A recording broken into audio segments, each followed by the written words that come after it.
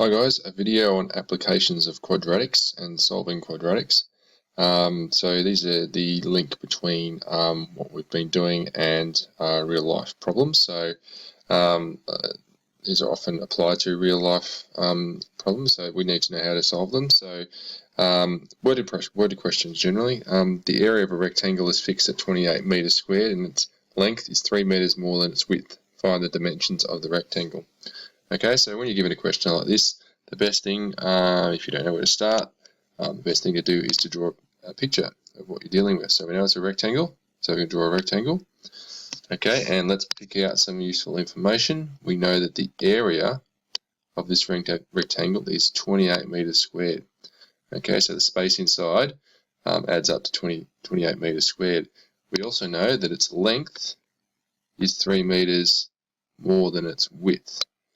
Okay, so we don't know the length and the width. We can work them out in terms of unknowns. Okay, so let's, before we start anything, let's put the area in here is equal to 28 meters squared. We know that.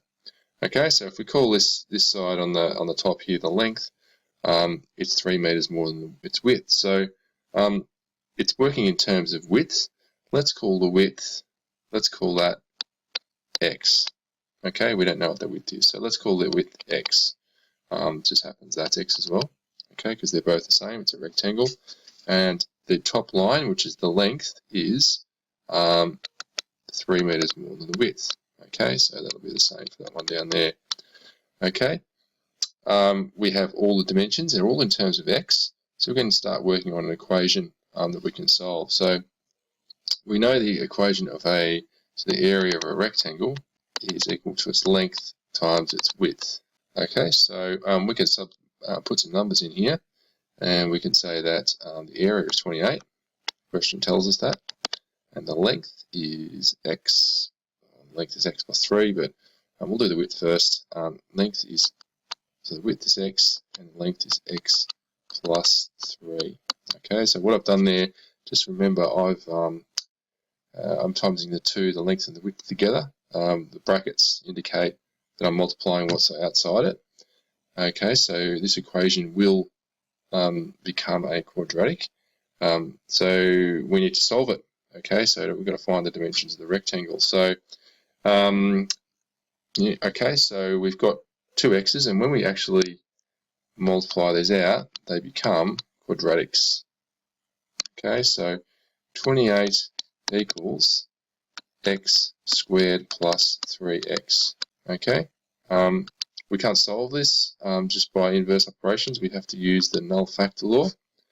Okay, so we have to do a couple of things before we start solving it. Okay, so one of those things is we have to make it equal to 0. We do that by taking 28 from both sides. Okay, so we've got x squared. I'm just going to put this stuff over on the left because that's the way I like working. 2 minus 28 equals 0. Okay, so now I've got a quadratic in a form I'm used to. It's a monic trinomial. There's no highest common factor. It's not a DOPS. I'm going to look at factors of negative 28 that add up to positive 3. Okay, so just like we've done in the previous examples. Okay, so negative 28. So what's that? 4 and 7. Okay, so will probably be, let's put our brackets in while I'm thinking. Okay, so it's going to be x plus something, x plus something. Well, now it's going to be 4 and 7. One is going to be negative. So if I make it's a negative 4, a positive 7, that will give me negative 28 and add up to positive 3. Okay, so now we've got a factor form. Okay, so when I equate those both to 0, I'll do that up here. So x minus 4 equals 0. Okay, I'm going to plus 4 to both sides. That's going to give me one answer of positive 4. And then my second answer is x plus 7 equals 0. If I take 7 from both sides, I get x equals negative 7. Okay, so they're my two answers. Now, this is a worded question, so you should probably answer in words. Okay, so you're given two answers. Now what this means is, okay, x is true, can be solved for two answers. So in this case, you're not going to be if you have a look at the two answers, one of them is negative. Okay, so you have a look in the original question. Does it make sense to have a negative answer? And it doesn't, because we're talking about length. Okay, so often in these questions, application questions, if you get a negative answer, they don't make any sense. Okay, so we would say that x must be equal to 4 in this case. It only makes sense if x is equal to 4.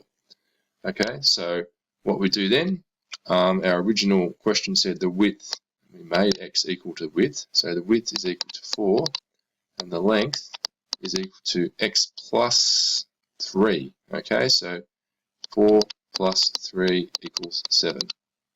Okay, so there's our two answers. It's asked for the dimensions, the width, and the length. Okay, so that's solving a simple rectangle question. Okay, I'm going to move on to this a little bit trickier question. Okay, so we've got an L-shaped hayshed. It's telling us that it's being given. You know what? I'm going to make another video for this.